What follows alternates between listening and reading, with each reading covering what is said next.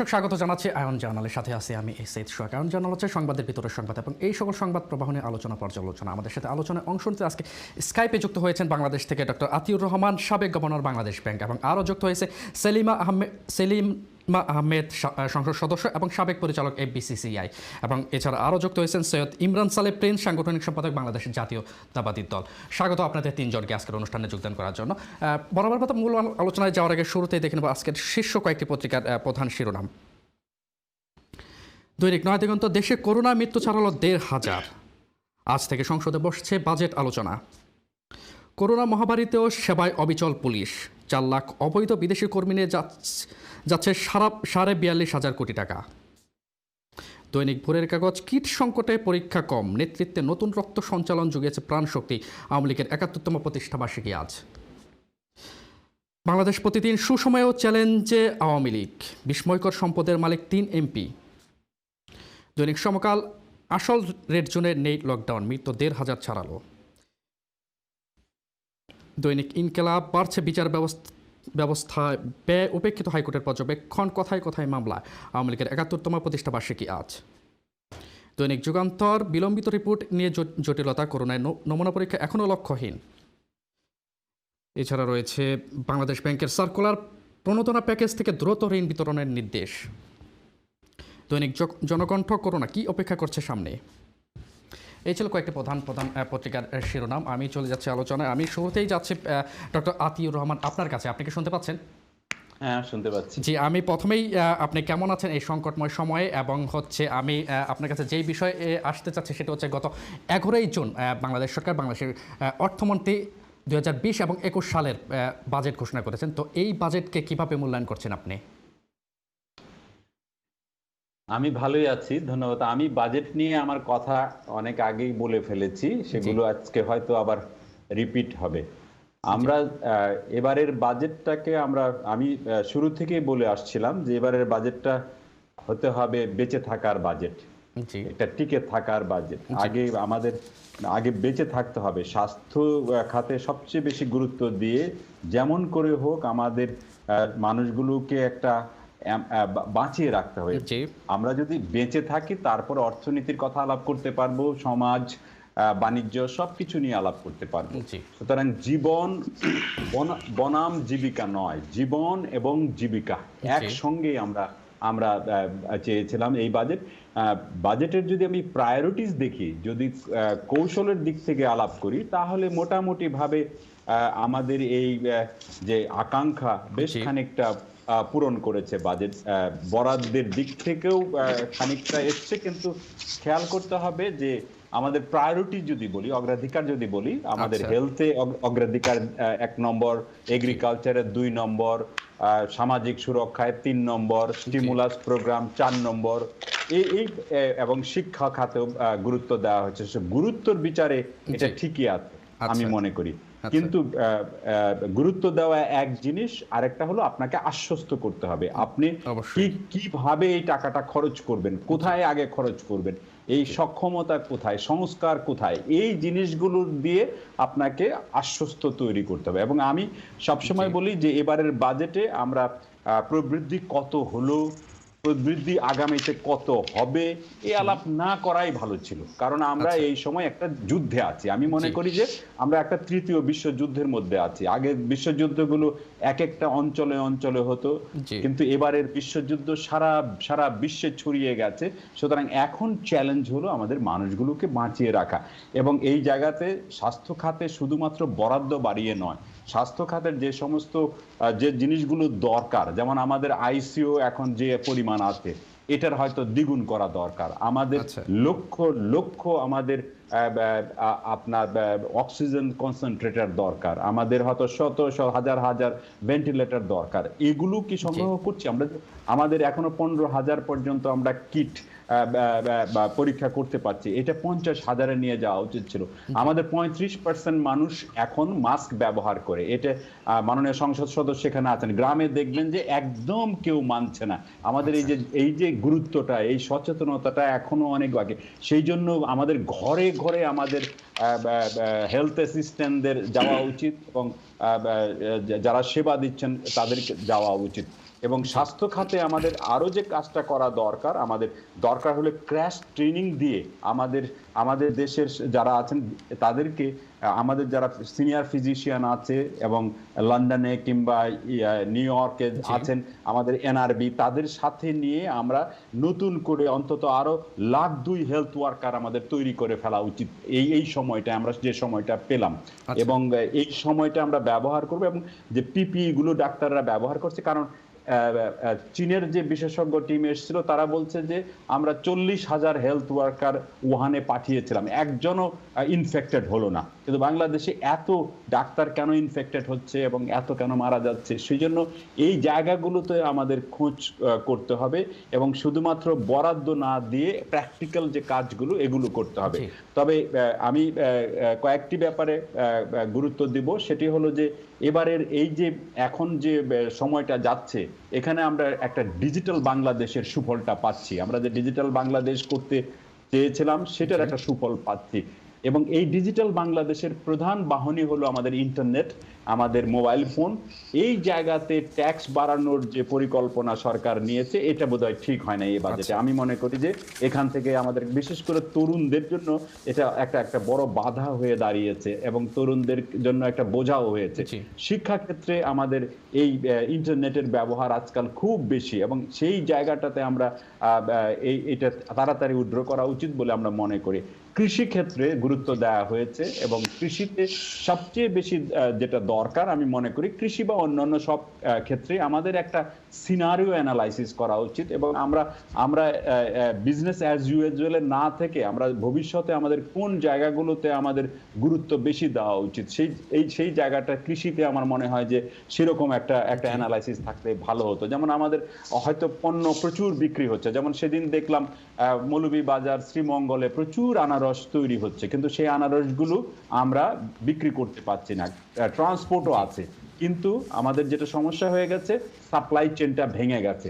আমাদের যে পাইকাররা, আমাদের যে আড়তদার, আমাদের যে হোলসেলার, এরা এখনো অ্যাক্টিভ হয় নাই। তাহলে এটাকে কি করে অ্যাক্টিভ করা যায়? যদি আমরা লালমনিরহাট থেকে লেবার নিয়ে আমি শ্রীমঙ্গলে 2 ডেপুটি কমিশনার আলাপ করে যদি এটা ব্যবস্থা করে হাওরের বোরো ধান কাটা যায়, যেটা আমরা খুব সফলতার সাথে করেছি, তাহলে অন্যান্য পণ্যের ক্ষেত্রে ওই যে সাপ্লাই চেনটা যে ভেঙে গেছে, সেই জায়গাটাতে আমার মনে হয় যে কাজ করবার সুযোগ আছে। আমি মনে করি এই জায়গাগুলোতে দেখতে হবে, এবং প্রসেসিং ইউনিটগুলো নিয়ে কাজ করতে হবে। আমরা যেমন নাটোরে কিংবা ঈশ্বরদীতে অন্য জায়গাতে যে সমস্ত পণ্য তৈরি হচ্ছে, এই পণ্যগুলো বাজার পাচ্ছে না। তা আমরা প্রশাসনের পক্ষ থেকে আমাদের মনে হয় আরো বেশ কিছুদিন আমাদের ত্রাণ দিয়ে যেতে হবে। তো ত্রাণের সাথে আমরা কি সবজি, আম এগুলো কিনে প্রশাসনের পক্ষ থেকে কিনে এই ত্রাণের সাথে ওইটা দিতে পারি না? আমরা কি জেলখানাতে দিতে পারি না?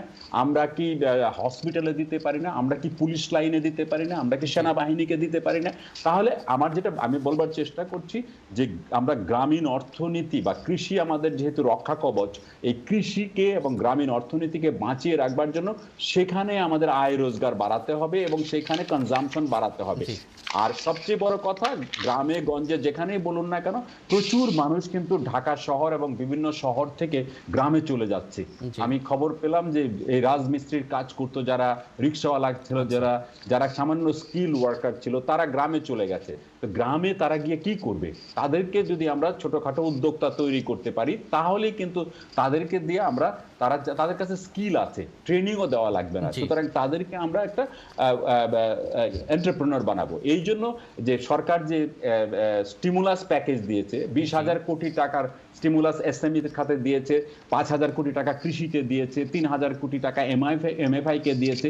এর প্রধান উদ্দেশ্য হলো যে এই ছোটখাটো উদ্যোক্তার কাছে যাওয়া, এবং গ্রামে পৌঁছতে হলে ব্যাংক পারবে না, কারণ ব্যাংক এদের চেনে না। সবচেয়ে বেশি চেনে মাইক্রো ফাইন্যান্স ইনস্টিটিউট গুলো। তাদের সাথে তাহলে লিঙ্কেজ প্রোগ্রাম করে তাদের মাধ্যমে কেমন করে গ্রামে যাওয়া যায়, এবং এটাকে সহজে, এবং এটার অনেকেই বলবে যে এত যে বলছেন অর্থ কোত্থেকে পাবে। আমি মনে করি যে অর্থ আমাদের এনবিআর যে পরিমাণ আদায় করছে এই বছর খুব বেশি আদায় করতে পারবে না, তাহলে আমাদের অর্থটা সংগ্রহ করতে হবে। আমি মনে করি এই সময় সবচেয়ে ভালো উদ্যোগ হলো আমাদের সেন্ট্রাল ব্যাংক, যেটা বাংলাদেশ ব্যাংক, যে ব্যাংকে আমি 7 বছর কাজ করেছি, এর যে ব্যালেন্স শিটটা আছে, এর যে অ্যাসেট স্ট্রাকচারটা আছে, অ্যাসেটটা আছে, এই অ্যাসেটটা আরো বাড়ানো যায়। আমরা ইচ্ছে করলে এটাকে সম্প্রসারণ করতে পারি। আমরা মাত্র এখন তার অ্যাসেট হলো 13% অফ জিডিপি, যেটা আরবিআই এরও অ্যাসেট 20%। এই অ্যাসেটটা আমি আরেকটু বাড়াতে পারি। অ্যাসেট বাড়ানো মানে কি, আমি আরো বাংলাদেশ ব্যাংক থেকে সরকারকে এবং আমাদের এন্টারপ্রেনিয়রকে, আমাদের ব্যাংকগুলোকে ঋণ দিতে পারি, এবং অলরেডি বাংলাদেশ ব্যাংক এই কাজটি শুরু করেছে। কিন্তু এটা আরো সহজ করা, আরো সস্তায় এবং আরো মনিটর করা করে এগুলো এই যে কৃষকের কাছে, উদ্যোক্তার কাছে, গ্রামের অর্থনীতি যদি টিকিয়ে রাখি, আমরা গ্লোবাল ফাইন্যান্সিয়াল ক্রাইসিসও যেভাবে বেঁচে গেছি, এবারও আমরা বেঁচে যাব যদি চাঙ্গা রাখতে পারি আমি গ্রামীণ অর্থনীতি। ধন্যবাদ আপনাকে। আমি এই প্রসঙ্গে আপনার কাছে আবার ফিরে আসবো। আমি একটু চলে যাচ্ছি মাননীয় সংসদ সদস্য আপনার কাছে, সেলিমা আহমেদ, মাননীয় সংসদ সদস্য, আপনি কি শুনতে পাচ্ছেন? জি, শুনতে পাচ্ছি। যে বাজেট প্রসঙ্গে অবশ্যই, জি আপনাকেও ধন্যবাদ। বাজেট প্রসঙ্গে আপনার কাছে অবশ্যই আসবো, তার আগে আমি একটু জেনে নিচ্ছি যে আপনি তো একজন জনপ্রতিনিধি, এবং কি অবস্থায় আছে এই সংকটকালীন সময়, করোনার কালীন অবস্থায় বাংলাদেশের মানুষ, যদি আপনি একটু বলতেন। এটা শুধু বাংলাদেশের মানুষ না, সারা বিশ্বের সকল মানুষই একটি আশঙ্কার মধ্যে, একটি কষ্টের মধ্যে, অনিশ্চয়তার মধ্যে, অর্থনৈতিক ভাবে এবং সামাজিকভাবে, পারিবারিকভাবে সবাই কিন্তু একটি ক্রান্তি সময় পালন করছে।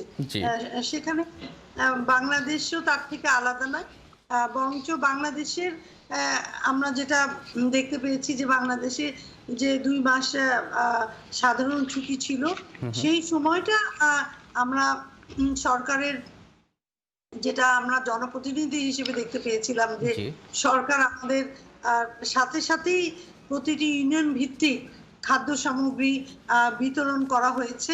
এবং এখানে আমি একটা কথা বলতে চাই যে বাংলাদেশে কিন্তু সবসময় আমরা দেখে এসেছি যে যখনই একটি বিপদ আসে, জনগণও কিন্তু সেটার সাথে সাথে, যারা যেসব জনগণ একটু বেশি অসুবিধায় থাকে সেখানে জনগণ কিন্তু এগিয়ে আসে। আমি আমার এলাকায় আমি দেখেছি যে সরকারের সহযোগিতার সাথে সাথে অন্যান্য জনগণ যাদের একটু আর্থিকভাবে সচ্ছলতা ছিল, তারা কিন্তু অত্যন্ত সহযোগিতা করেছে খাদ্য সামগ্রী দিয়ে এবং অন্য সুবিধা দিয়ে। আমি ব্যক্তিগতভাবে ৪৫,০০০ অধিক পরিবারকে খাদ্য সামগ্রী দিয়েছি, এবং এখানে আমাদের অনেকগুলি জায়গায় কাজ করা হয়েছে, যা আমরা নিজেরা হ্যান্ড স্যানিটাইজার তৈরি করেছি ছাত্রলীগের ছেলেদেরকে দিয়ে, আমাদের কৃষকদের ধান কেটে দিয়েছে আমাদের দলীয় নেতা কর্মীরা। কিন্তু এটা সত্যি কথা, যেটা আমি দেখেছি যে জনগণ অত্যন্ত অসচেতন ছিল। জনগণের, আমার যেটা আমি বারবার বলতাম, যখন আমি আমার গুলশানের বাসা দিয়ে আমার হোমনা তিতাস পর্যন্ত যেতাম, পুরা রাস্তাটা আমি গুলশান পার হয়ে, হাতিরঝিল হয়ে, আমি ড্যামরা, রূপগঞ্জ পেরে হয়ে, দাউদকান্দি হয়ে, আমি গোলপুর হয়ে, আমি মাননীয় সংসদ সদস্য সেক্ষেত্রে সরকার, দোকানপাট, অফিস আদালত, শাটার প্রত্যেকটা বন্ধ ছিল, কিন্তু রাস্তায় কিন্তু মানুষ ভরা ছিল। সুতরাং যে মানুষগুলির জন্য বন্ধ করা হয়েছিল, যে মানুষগুলি ঘরে থাকবে, মানুষের জীবন বাঁচানোর জন্যই কিন্তু এই অফিস আদালত, ব্যবসায়িক প্রতিষ্ঠান সব কিন্তু বন্ধ রাখা হয়েছিল। কিন্তু মানুষের কিন্তু সেই সচেতনতাটা অভাব ছিল। সেক্ষেত্রে সরকারের ভূমিকা কি ছিল? সরকার কতটুকু সফল হয়েছে যে সরকারকে, জনগণকে সচেতন করার ক্ষেত্রে? আমরা যেটা আমার এলাকায় আমি বলতে পারি যে আমার এলাকায় আমরা ফাইন করেছি, অনেক ফাইন করেছি, কিন্তু তারপর আমি একটা কথা বলতে চাই যে সরকার শুধু একা করলে তো হবে না, এখানে জনগণকে সচেতন হতে হবে। এবং সেই জায়গাটায় কোথাও যেন মনে হয় যে একটু ঘাটতি ছিল।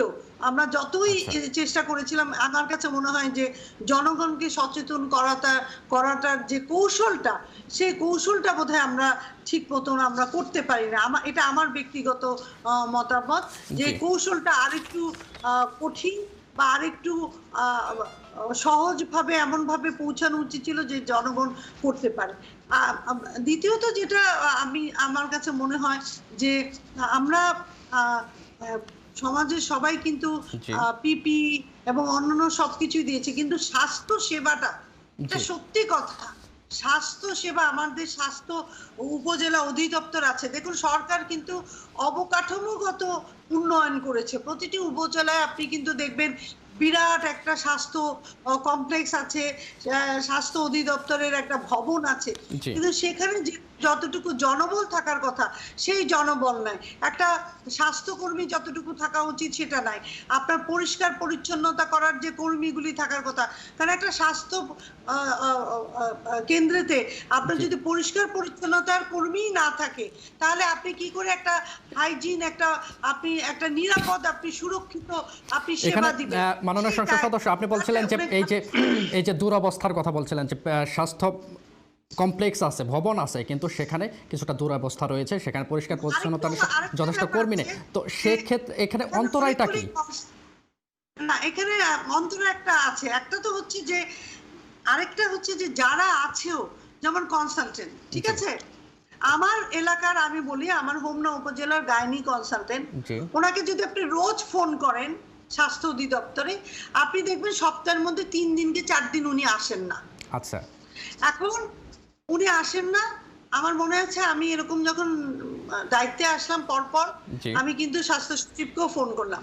স্বাস্থ্য সচিব বলল যে এই কনসালটেন্টদের একটা ব্যাপার আছে, আমরা যদি বেশি কিছু করতে যাই তখন বিএমএ আবার এটা নিয়ে একটা আন্দোলন করে ফেলে। তো এখানে কিন্তু একটা ব্যাপার আছে যে বাংলাদেশ মেডিকেল অ্যাসোসিয়েশন আছে, তাদেরকেও কিন্তু এই জায়গাটা একটু সচেতন হতে হবে। তারা তাদের সদস্য ডাক্তারদেররা যা কিছু করে যাবে আর সেটাই তারা মেনে নিবে, সেটা করলে কিন্তু হবে না।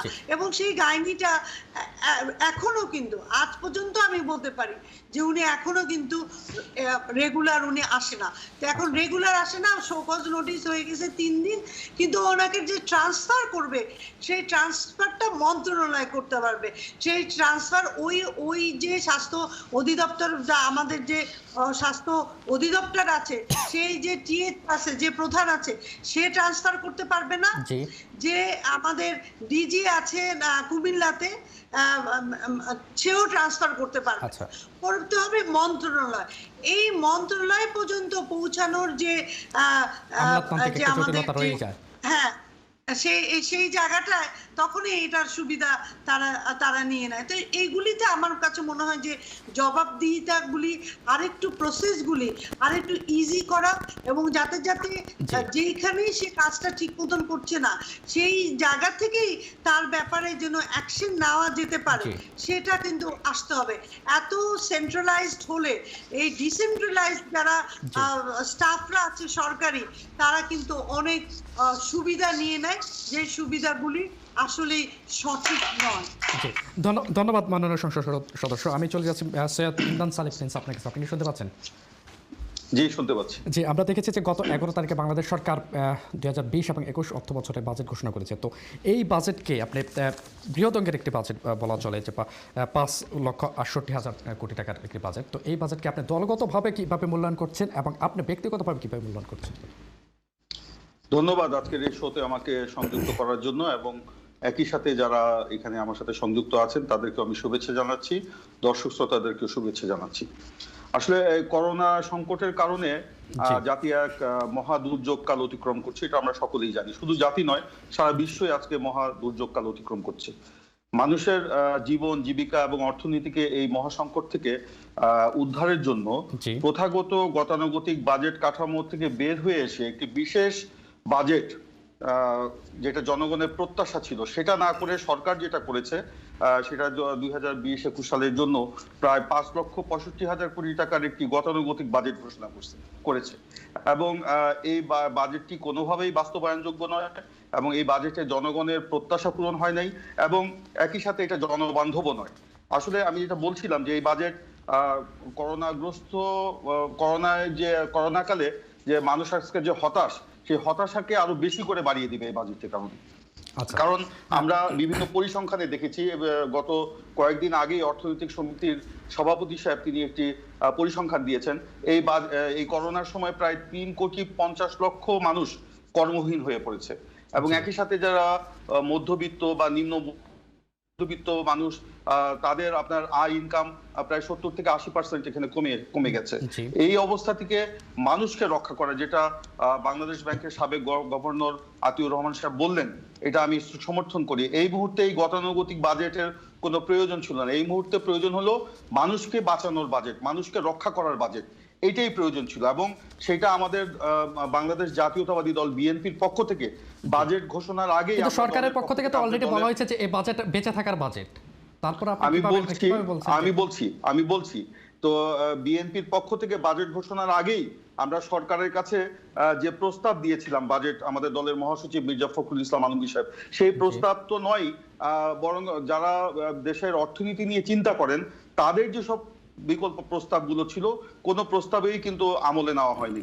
এখানে অর্থমন্ত্রী নিজেই বলেছেন এই বাজেটের একটা মানে প্রায় 2 লাখ কোটি টাকার ঘাটতির বাজেট, এই ঘাটতি কোথা থেকে মিটবে, কোথা থেকে টাকা আসবে, এটা উনি চিন্তা করেন নাই।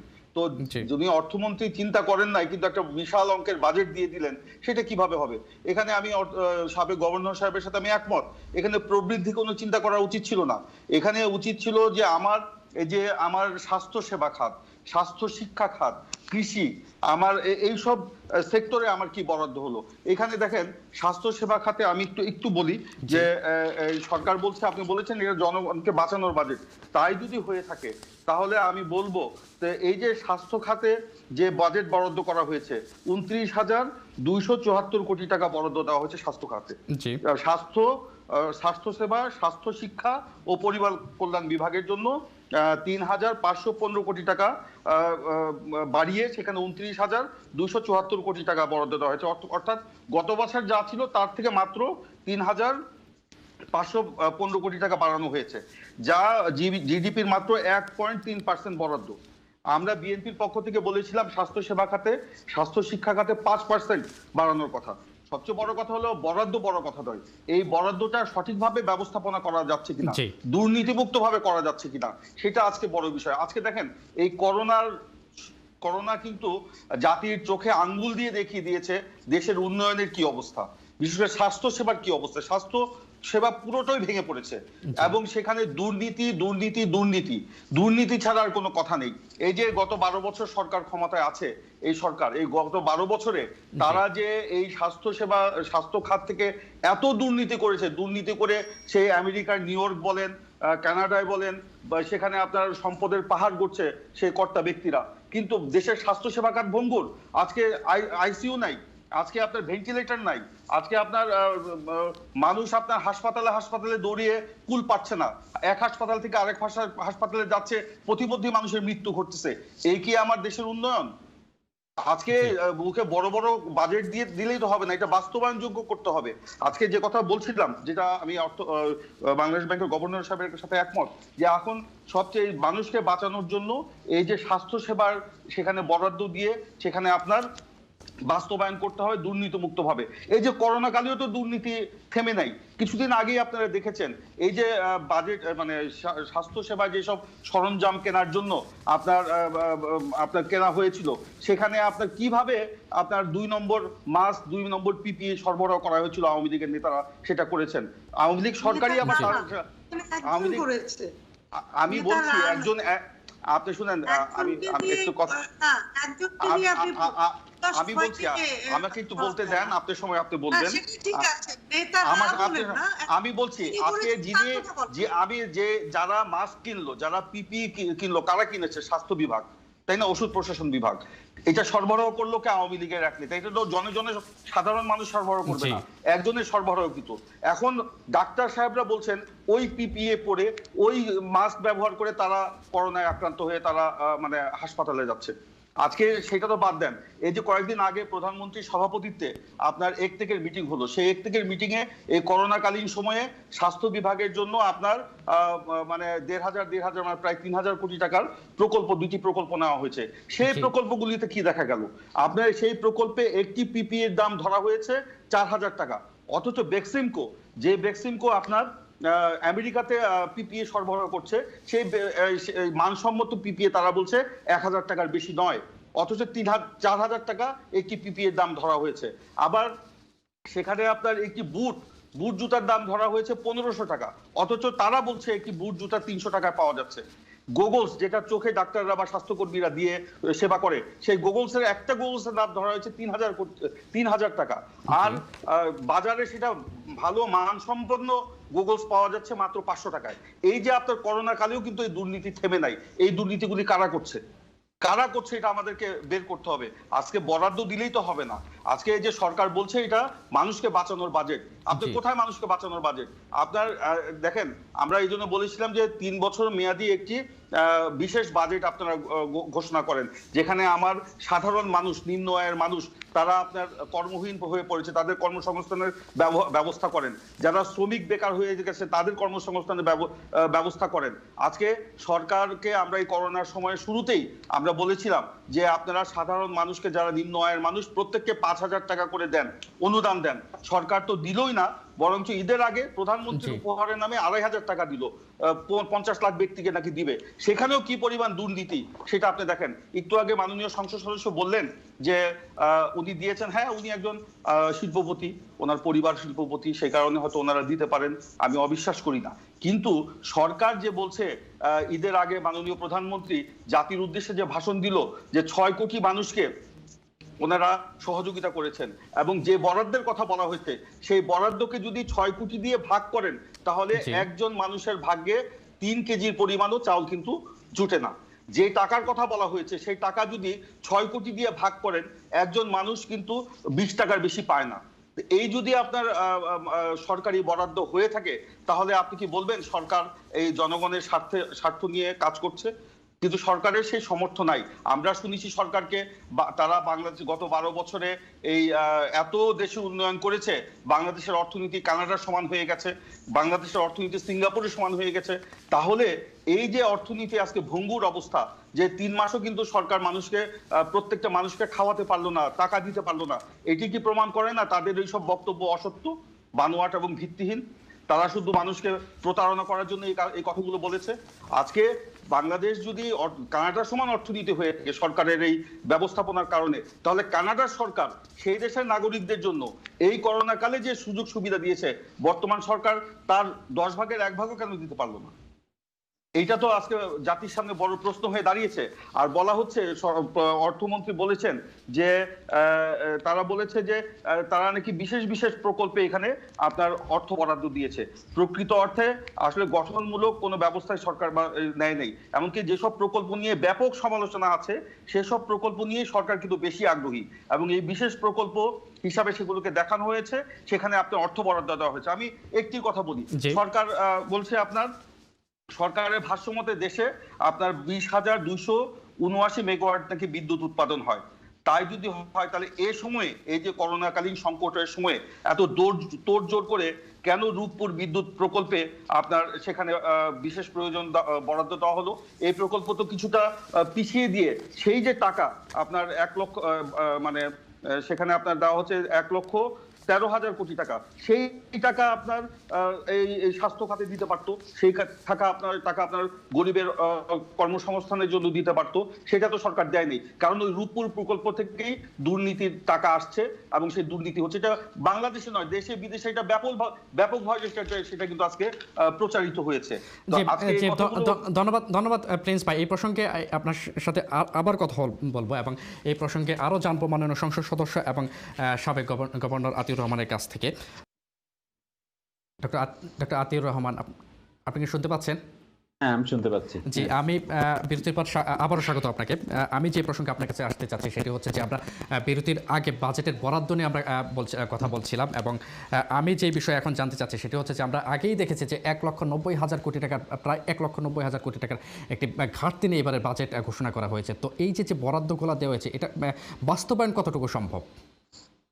আসলে আপনি ঠিকই বলেছেন, বরাদ্দটা এবার আমি মনে করি যে প্রায়োরিটি অনুযায়ী দিয়েছে, এবং এই কথা কিন্তু খেয়াল করতে হবে। এটা আমি যারা আজকে আলোচনা করছেন তাদের দৃষ্টিতেও বলছি যে সরকারের কিছু কিছু খরচ আছে যেগুলো ফিক্সড। এই খরচ সরকার চাইলেও মানে এটা কমাতে পারে না, বা এটা করে। যেমন ধরেন সরকারি কর্মকর্তাদের বেতন এবং নানা পেনশন, এগুলোর জন্য প্রায় 3.2% জিডিপির চলে যায়।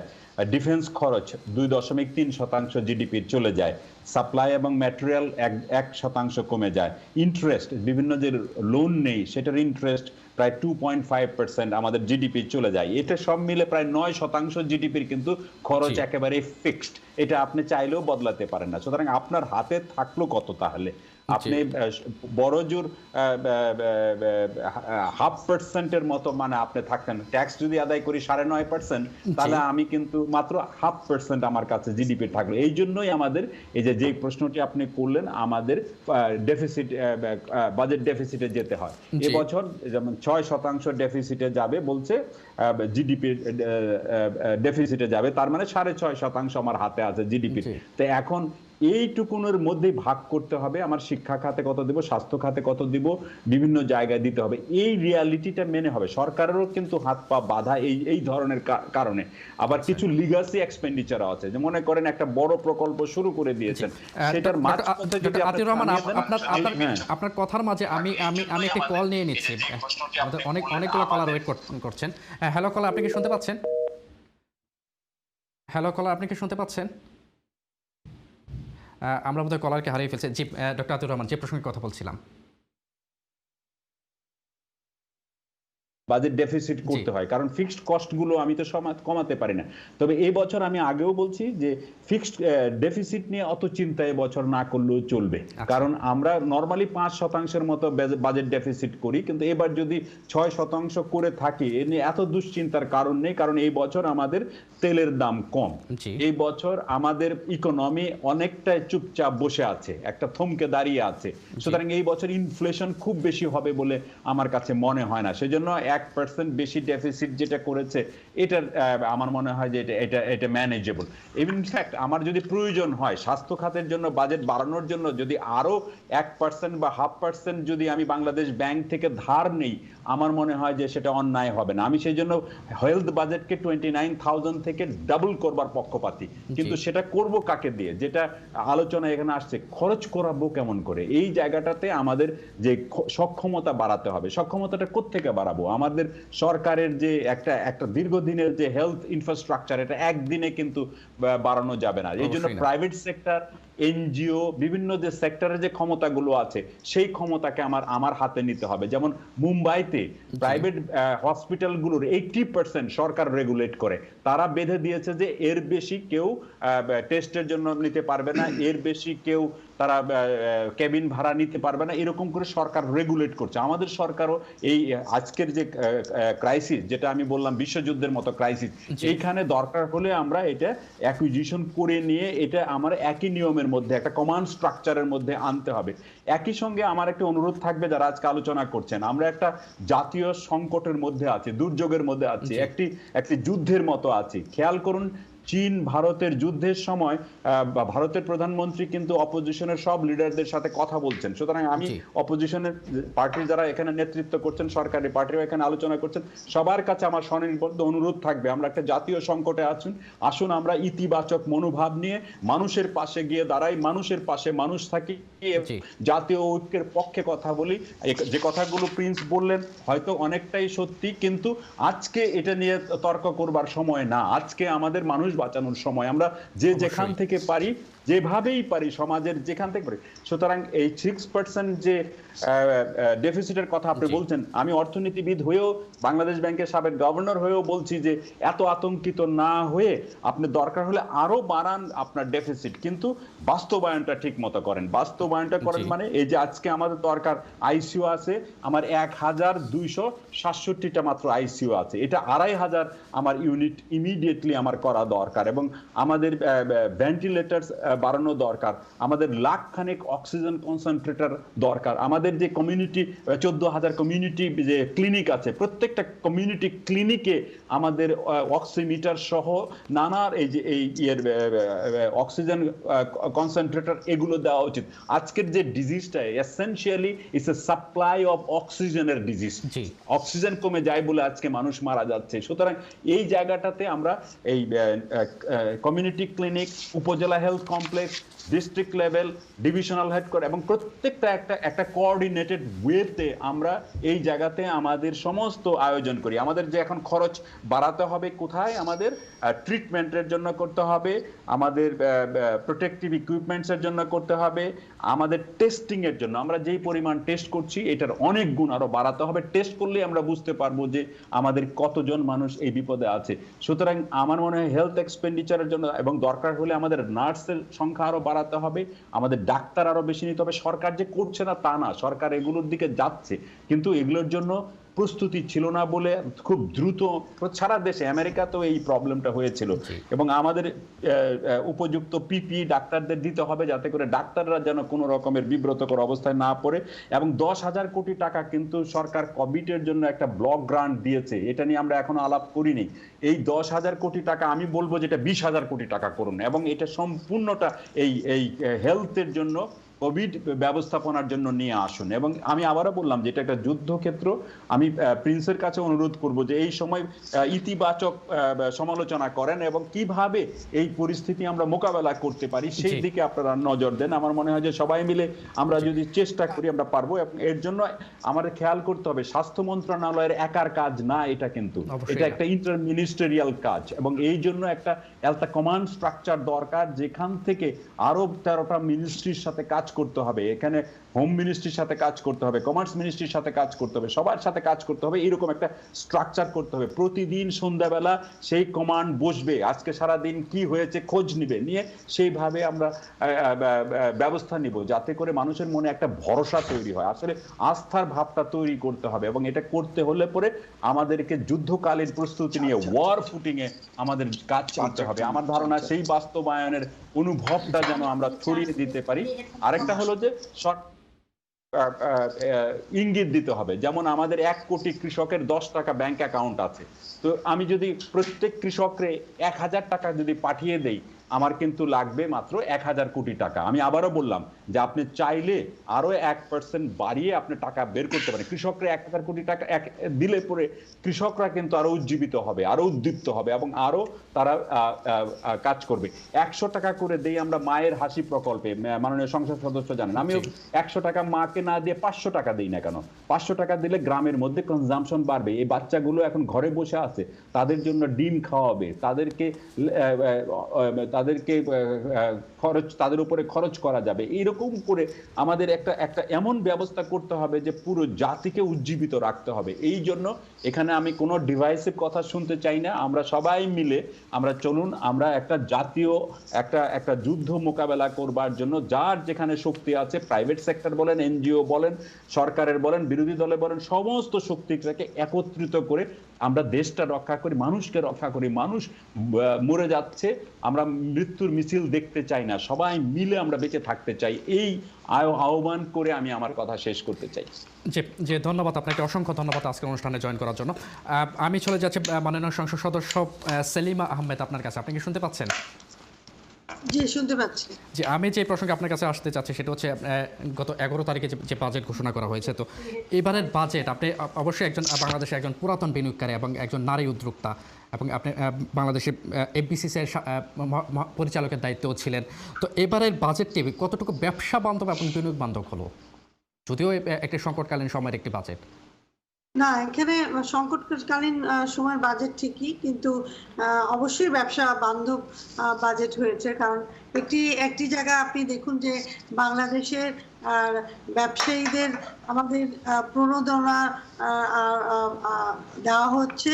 শুধু তাই না, আপনি যে দেখবেন যে আমাদের যে ব্যাংক থেকে যে ইন্টারেস্ট রেট সেটা কিন্তু 4% করা হয়েছে, আর 5% কিন্তু সরকার ভর্তুকি দিবে। এবং নারীদের, আপনারা দেখবেন যে নারীদের 65 বছরের উপরে নারীদের আগে যে আয়করের ছিল সেটা 3 লাখ পর্যন্ত ছিল, সেটাকে কিন্তু 3,50,000 টাকা করা হয়েছে। এবং আমি যে এবারের বাজেট কিন্তু আমাদের মাননীয় অর্থমন্ত্রী কিন্তু বাজেটে ঘোষণার দিনই বলেছেন এবং পরবর্তী বাজেটের সংসদে উনি বলেছেন যে এই বাজেটটি হচ্ছে একটি মানবিক বাজেট। এখানে খরচ হবে এবং আয়ের ব্যবস্থাও করা হবে। কারণ এখন খরচটা, এই ভর্তুকিটি কোথা থেকে আসবে আসবে না, নিশ্চয়ই সেটার কোনো না কোনো একটি ব্যবস্থা হবে। কিন্তু মানুষের যে জন্য যে খরচগুলি, সেগুলি তো করতেই হবে। কারণ আমরা যখন এই কোভিডের এই যে 2 মাস বন্ধ ছিল, আপনি আমাকে বলুন যে বাংলাদেশের আলহামদুলিল্লাহ কোথাও কি আপনারা বলতে পারবেন যে বাংলাদেশের লোক দুঃখ কষ্টে ছিল কিন্তু অনাহারে কোনো মানুষ ছিল? এটা তো কেউ বলতে পারবে না। বিরোধী দলেররাও লোকরাও বলতে পারবে না যে বাংলাদেশের কোনো মানুষ না খেয়েছিল। এটা হয়নি। কিন্তু বাংলাদেশের শত শত না লক্ষ খেয়েছিল না, লক্ষ কিন্তু ত্রাণ নিয়ে হাহাকার যেটা, এটা কিন্তু আমরা পত্রপত্রিকার মাধ্যমে দেখেছি। না, ত্রাণটি আপনি কয়েকটা জায়গায় হয়েছে, সেটা আপনার কোন জায়গায় কোন সময় কোন রাজনীতি কেন সব কিছুতে। আমার নিজের কোম্পানি তো আমার নিজের কোম্পানি, তা আমার কোম্পানির মধ্যে কি আমার কর্মচারীরা অনৈতিকভাবে কোনো সময় কি কিছু করে নাই? নিশ্চয়ই করে। প্রত্যেক জায়গায় কিন্তু একটা পার্সেন্টেজ থাকে, বা সেই পার্সেন্টেজটা কতখানি সেটা কিন্তু আপনাদের দেখতে হবে। আপনারা যে ত্রাণ নিয়ে যে দুর্নীতিটা আসছে, আপনারা বলুন 300 সংসদীয় আসনের মধ্যে কয়টি আসনে আপনারা পেয়েছেন? কয়টি উপজেলা চেয়ারম্যান করেছে? আপনি যদি এখানে বলেন যে অর্ধেকের বেশি করেছে, তাহলে আপনি একটা কথা বলতে পারেন। এটা কি 10% করেছে? 10%ও করেন। এটা তো একটা বুঝতে হবে যে দুর্নীতি তবে অবশ্যই দুর্নীতিটা কখনোই গ্রহণযোগ্য না। এবং মাননীয় প্রধানমন্ত্রী কিন্তু এটা খুব দৃঢ়ভাবে বলেছে যে সেটা যেই দলেরই হোক, এখানে কিন্তু 0 টলারেন্স কিন্তু এটাও কিন্তু বলা হয়েছে। সুতরাং দুর্নীতি করে সে যে পার পেয়ে যাবে সেটারও কিন্তু চিহ্ন কিন্তু নাই। আমরা নিজেরও আমাদের চেয়ারম্যানরা যে খাদ্যদ্রব্য বিতরণ করেছে, আমরা মনিটরিং করেছি এবং দেখেছি যে কোনো রকম বা কোনো কিছু হয়নি। আমি যেটা বলতে চাচ্ছি যে এইবারের বাজেটের যেটা আমাদের একটি বড় জায়গায় দেখতে হবে হচ্ছে নারীর উন্নয়ন। এবং সেই নারীটা একটা গৃহ যে নারী আছে সেই নারীটাও দেখতে হবে, একটা শ্রমিক নারীটা দেখতে হবে, একটা উদ্যোক্তা নারীর দেখতে হবে, একটি কর্মজীবী নারীরও দেখতে হবে। কারণ আপনারা জানেন যে পোশাক শিল্প কতখানি, যতগুলি নারী শ্রমিক এখন আছে সে কর্মে, এই পুরো নারী শ্রমিকগুলি কি কর্মে থাকবে কিনা সেটারও কিন্তু এখনো আমরা নিশ্চয়তা একেবারে বলা যাচ্ছে না।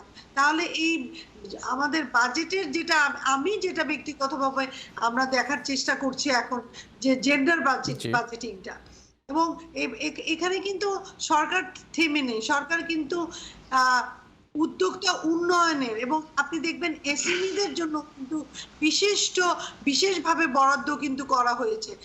বাংলাদেশ ব্যাংকে কিন্তু দায়িত্ব দেওয়া হয়েছে, কারণ বড় বড় ব্যাংক যে ব্যবসায়ীরা আছে তারা কিন্তু ব্যাংকে গিয়ে সহজভাবেই ঋণ পেতে পারে।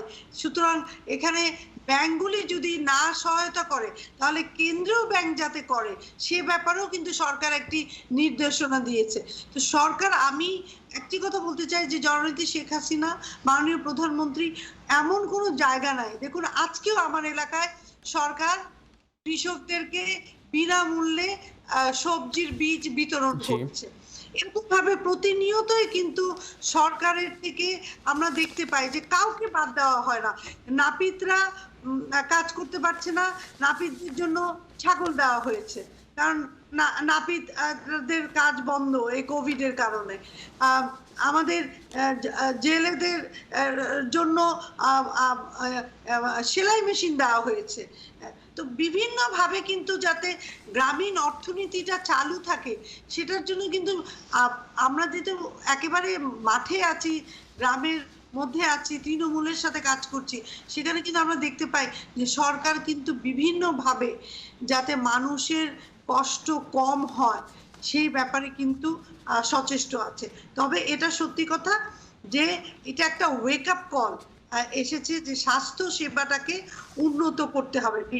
বিগত বাংলাদেশ স্বাধীন হওয়ার 50 বছরের মধ্যে আজকে 50 বছর পর্যন্ত কেন আমরা স্বাস্থ্য সেবায় আসতে পারি না, সেই যদি একেবারে ইতিহাস প্রথম থেকে আমরা দেখতে পারি।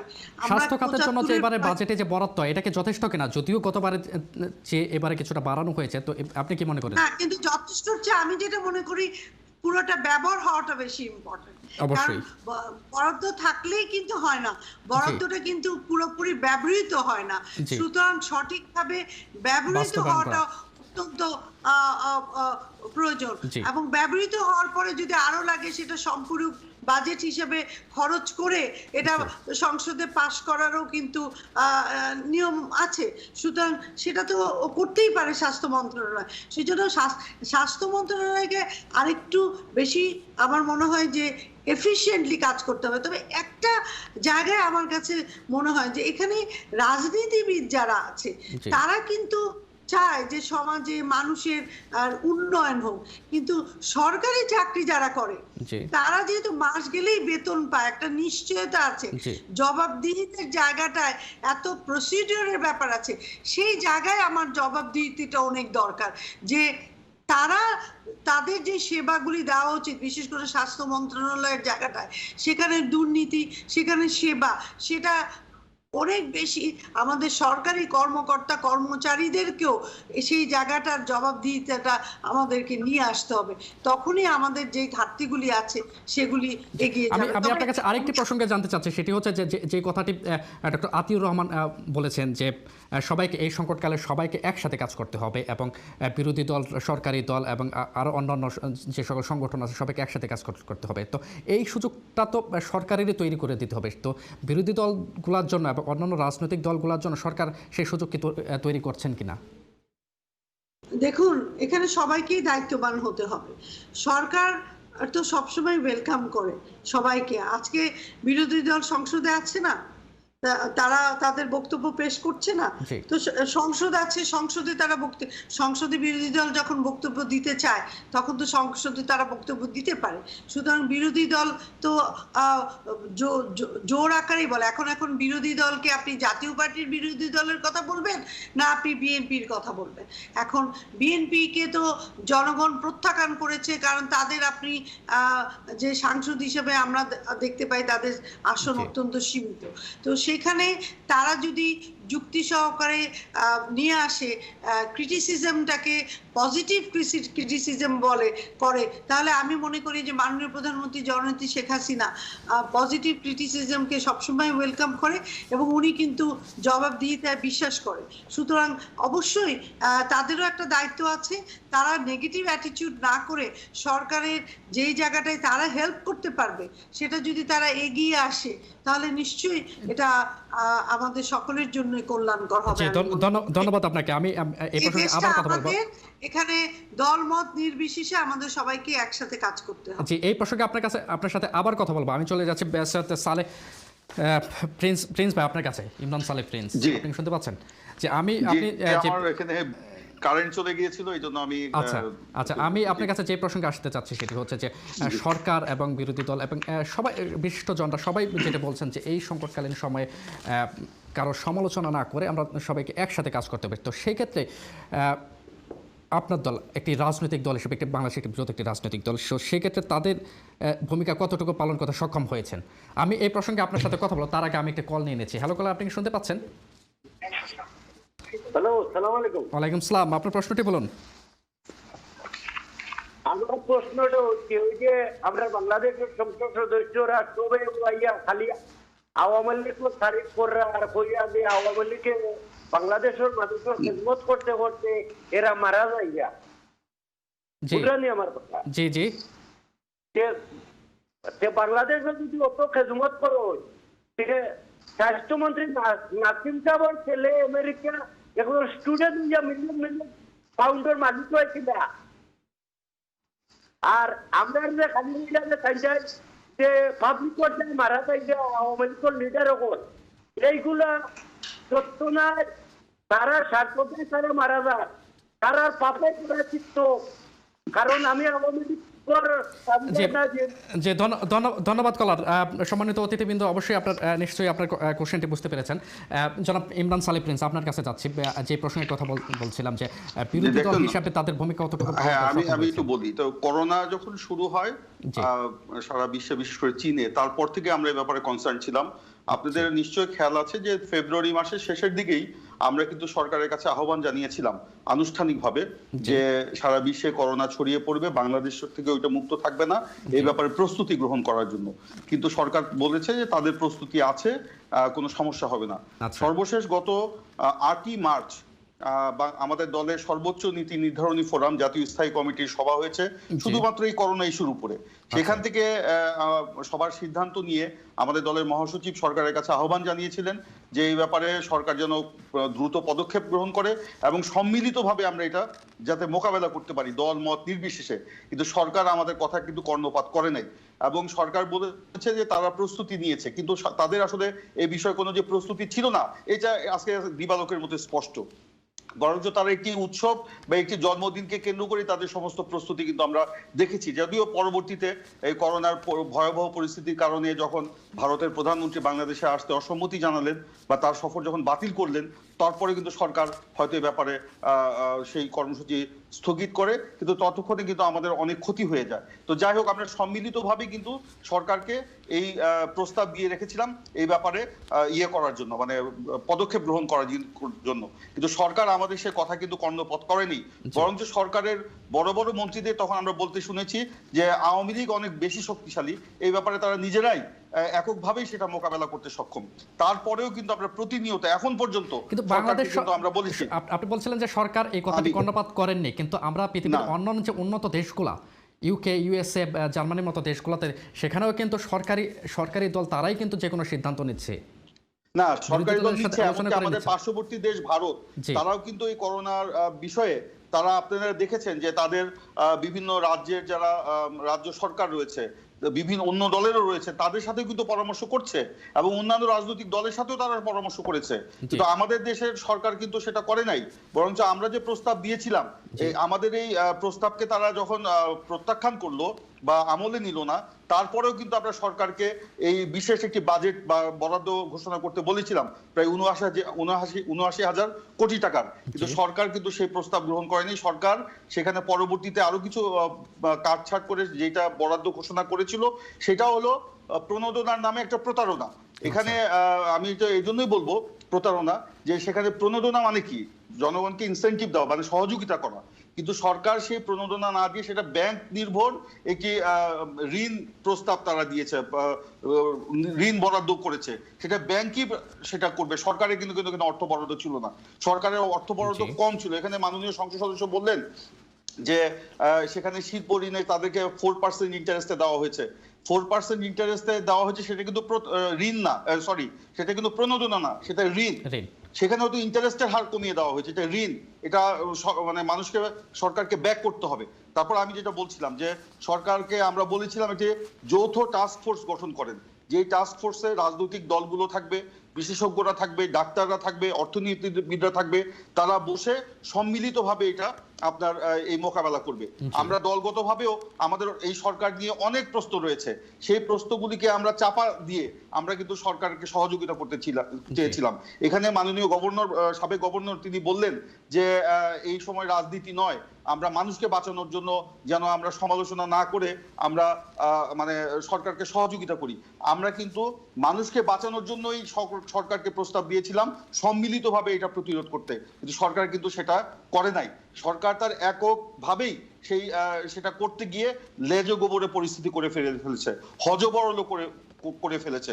সেখানে আপনার ত্রাণের জন্য যেরকম মানুষের হাহাকার, এখানে আপনি বলেছিলেন মাননীয় সংসদ সদস্যকে উনি বলেছেন কেউ মারা যায়নি, ঠিক আছে মারা যায়নি, আমরা তো এটাও দেখেছি মানুষ অর্ধাহারে অনাহারে ঢাকায় শহরে রাজপথে ঘুরে বেড়াতে সামান্য ত্রাণের জন্য, সেই ত্রাণের জন্য ত্রাণের গাড়ি লুটো হয়েছে বিভিন্ন এলাকায়। এটা কি ওনাদের দৃষ্টিতে নাই? নিশ্চয়ই আছে। ত্রাণের জন্য 2-3 জন আত্মহত্যাও করেছে, সেটাও তো আমরা দেখেছি পত্রিকায়। সব বিষয়ে ত্রাণ চুরির ব্যাপারে হয়তো সব পত্রিকায় আসে নাই, কিন্তু বাস্তবতা কি, যে ত্রাণ দেওয়া হয়েছে, আমি তো একটু আগেই পরিসংখ্যানে বললাম মাথা পিছু আপনার 3 কেজি করে চাল বরাদ্দ হয়েছে। সেই চাল নিয়েও কিন্তু ক্ষমতাসীনরা আপনার অনিয়ম করেছে, দুর্নীতি করেছে।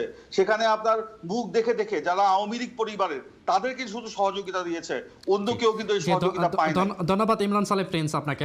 আমরা অনুষ্ঠানের প্রায় শেষের দিকে, আপনি দর্শকদের উদ্দেশ্যে খুব সংক্ষেপে কিছু একটা বলুন। না, আমি দর্শকদের উদ্দেশ্যে একটু বলতে চাই যে আজকে দেশের যে পরিস্থিতি, এই যে আজকে আমরা সকলেই সম্মিলিতভাবে যেন পরিস্থিতিতে আমরা মোকাবেলা করতে পারি। আমরা সরকারকেও বলবো শুভ বুদ্ধির যেন উদয় হয়, সকলের সম্মিলিতভাবে বাস্তবসম্মত সিদ্ধান্ত নিতে হবে। আজকে দেখেন এই যে করোনা পরিস্থিতি আজকে বাংলাদেশে কিন্তু উচ্চ থেকে উচ্চতরে যাচ্ছে, আপনার সংক্রমণের হার বাড়ছে, মৃত্যুর হার বাড়ছে, কিন্তু সরকারের কিন্তু এইখান থেকে থামানোর কোনো উদ্যোগ নাই। এই যে লকডাউন, সরকার তো বাংলাদেশে লকডাউন দেয় নাই, সাধারণ ছুটি ঘোষণা করেছে, কিন্তু আজকে সারা বিশ্বে যখন পরিস্থিতির নিয়ন্ত্রণে আসছে তারা কিন্তু লকডাউন গুলো প্রত্যাহার করছে। কিন্তু বাংলাদেশ সরকার কি করলো, যখন পরিস্থিতি নিয়ন্ত্রণের বাইরে চলে যাচ্ছে তখন তারা সাধারণ ছুটি প্রত্যাহার করলো। গত 20 দিন ধরে আমরা শুনছি red zone, yellow zone, green zone, সেখানে আপনার লকডাউন করবে। বলেন তো কোথায় লকডাউন হয়েছে? লকডাউন কেন করছে না তারা? ধন্যবাদ আপনাকে। আজকে করে তাহলে তাদের যে আগের সিদ্ধান্ত। ধন্যবাদ প্রিন্স ভাই।